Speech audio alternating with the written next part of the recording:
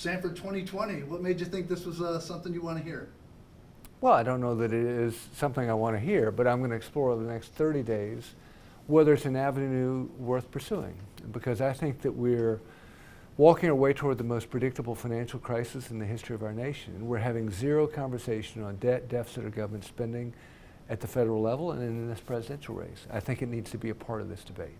What do you think would make it the decision yay or nay when it comes to making the decision on whether you'd like to run? Really the feedback I get over the next 30 days. I mean, you know, if resources and energy and people come my direction over the next 30 days, and they say, this is an idea that's important, it's good, I want to help out, then that's going to tell you one thing. If they're just little birds chirping, that's going to tell you something else. I would say over the last 24 hours, I've been somewhat overwhelmed with the number of people who've called and said, this is something that needs to take place, because they're worried for themselves and for those that they love, that if we stay on this path that we're on, a financial crisis will come our way, and it'll wipe out people's savings, it'll wipe out their retirement accounts, it'll wipe out their job prospects. And that's been the history of these things. You know, countries have a way of spending themselves to the point where they can't spend anymore, and then really bad things happen. It's like a family with a credit card. You can look awfully rich for a long while, but sooner or later you got to pay the piper. And I think we're at that point, and we don't have another 4 years. We can't wait until the next presidential debate to have this debate. You know, presidential elections are the year in which we debate as Americans. Where do we want to go next? What do we want to do? What's important to us? I think this needs to be on the ledger. I want to talk about this financial debate here. Yeah. So it comes up in a couple of seconds. So you talked to your boys about this I have. thing? What was the input from your boys? They're skittish. I mean, they don't want to reopen old scabs and wounds. And I am too. They're not alone on that front. You know, it's telling the Republican Party, the first thing they do is they zap you on 2009. And I've lived through that with folks here at home. There are chapters of my life that I wish I could redo, and I bet there are chapters of your life you wish you could redo. There are moments in everybody's life where you get it wrong. But what you can't do is quit living. You know, you can't say, you know, any detractor says, I'm going to just put you back in that box. No, you learn from mistakes. You learn and you grow as a human being, and hopefully you're that much better a person for it. That was certainly the experience and the endorsement that people here at home gave me back in 2013 when they said, don't approve of how you handle that chapter of life, but we know you and we trust you, and we'll give you a second chance. And yet, you know, in 2000 and whatever it was, 16, the voters were saying, no, you know, we don't like you running your mouth as much as you are against Trump. But I think it was important to say the things that I said. I stand by every one of them. And what I have to say now is that he and his Democratic challengers need to be having a conversation on debt and deficit, because it's going to impact my life, your life, and my 4 boys' lives, and a whole lot of others. The loss to Katie Arrington, did that give you time to maybe reflect, recharge your batteries, and maybe figure out, you know, how you're going to approach this thing now, and maybe ultimately let I mean, what happened, you know, literally the day after the election back in June of last year, a friend called and said, well, you know, God just cleared your calendar for a reason, and I know what it is. And I'm like, well, so glad you're clairvoyant, so glad you got the direct connect, fill me in. And he says, no, what you need to do is you need to primary the president. I said, are you out of your mind? I lost in large measure because of the president. He said, no. We need to have a conversation on that which you've worked on for 25 years of your life, and we're not having it. And you have a real credibility on debt and deficit and spending issues. You were a member of the budget committee. You inherited a $1 billion financial hole when you came in as governor. We're not having that conversation. You ought to think about this. And long story short, there's been a drumbeat of different folks since then. I've been reticent for all the reasons we just mentioned. You said you were petrified about what you see is coming our way. What's coming our way? These are not my words, but these are the words of, for instance, Erskine Bowles, who led a commission in Washington to look at this issue. His words after studying this issue and after the commission's report were, we're walking our way toward the most predictable financial crisis in the history of man. Those were his words. Admiral Mike Mullen, who was the former chairman of the Joint Chiefs of Staff, when asked, what's the biggest threat to the American civilization? This is as a military man. Answers, not the Taliban, not the Chinese, but the American debt. I could give you a lot of folks out there who've said, we have a storm brewing. You know, oftentimes, you know, we're both low country guys. The nicest of days will be just a couple of days before a hurricane comes our way. Beautiful days. You can't imagine a storm coming our way. And yet everybody's on the radio and everybody's on television saying, you got to get out of the way, you got to evacuate. No, it's a nice day, but you got to get out of the way. We have a similar financial storm coming our way because we're sitting on a mountain of debt globally that we've never sat at before. We're sitting on a mountain of debt nationally that we've never sat at before. We've never had these kinds of numbers in peacetime. And now we have a spiraling up of drivers of what would cause financial strain. For instance, interest cost is the largest rising number in the federal budget.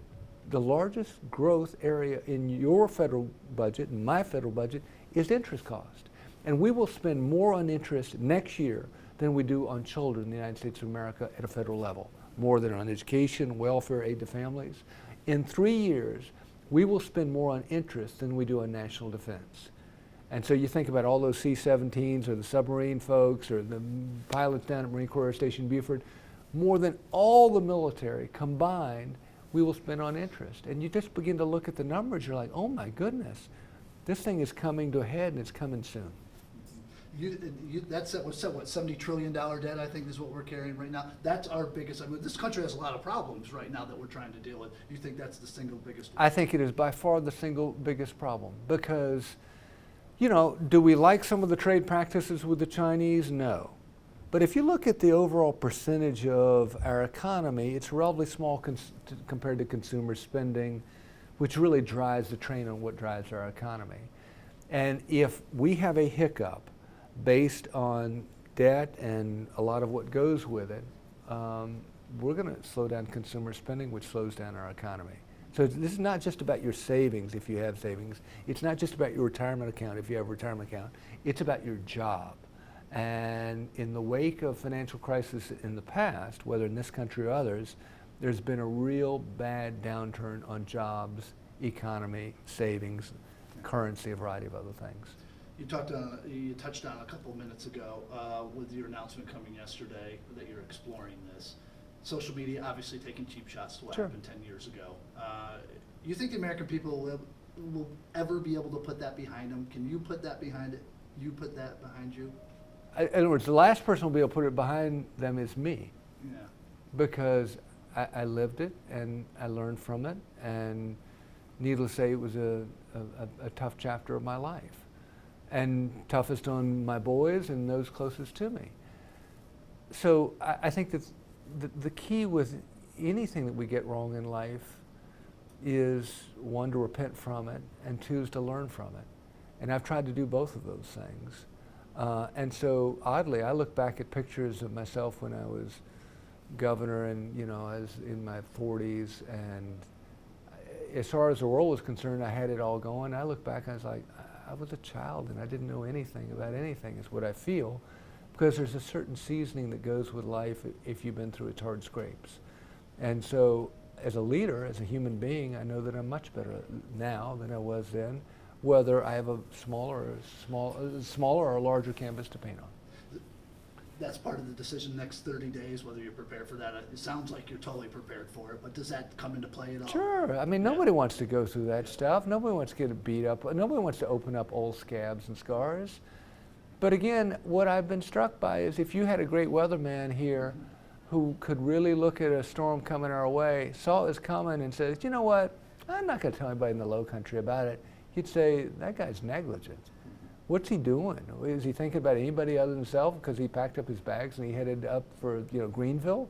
And I feel convicted. I feel like my whole life in some ways has been preparation for this moment, both the good and the bad. It's a feeling of, I have something to say on debt and deficit, whether anybody wants to hear it or not. I got to speak my mind and my piece on that. It may lead to a presidential race, it may not. It may lead to starting an advocacy group, it may not. I don't know, but I will know at the end of these 30 days, I do believe. Can you describe your relationship with President Trump? Is there one? No, we have different styles. He's obviously tweeted any number of times against me, and I've been on the bad end of negative tweets. But what he's mischaracterized is the degree to which we agree as Republicans on probably 90% of the issues, literally 90% of the issues. And so I don't like his style. I think it's counterproductive. I don't think you have to tear other people down to build yourself up or to build your own agenda up. But that seems to be more a style. I disagree with that style. But that's not what's driving me to run. What's driving me to run is the other 10% where we disagree is on the fact that he's not leading on debt deficit and government spending. And what you have is an orbit around him. Republicans in the House and Senate are not going to lead on debt deficit government spending issues. If he's already said we're not going to deal with these issues, nobody's going to cross him. And I think that hurts all of us here in the Low Country, or across South Carolina, or across the country, when we don't deal with issues that are festering and will become a problem for us. And I believe this one will. So it's not just a personally thing with him. You don't think he's probably doing an adequate job as far as the issues or some of the things he's handling as president? Well, again, primarily for me, debt deficit government spending. That's where I'm focused. If I become a candidate, then I'll have to answer every question under the sun as to this policy, that policy, and this issue. But I'm saying no. What's missing in this presidential debate is a serious and earnest conversation on where we're going as a country on spending and its consequences in the way of debt and deficits. Think about this. We're going to run more than $1 trillion annual deficit over the next 10 years. We've never done that before in our country's history. We're sitting on a powder keg of accumulated debt, the largest that we've ever had in peacetime. And if interest rates tick up just a little bit, think about this. For a 1-point rise in interest rates, we will spend more than we do on all uniformed military personnel in this country.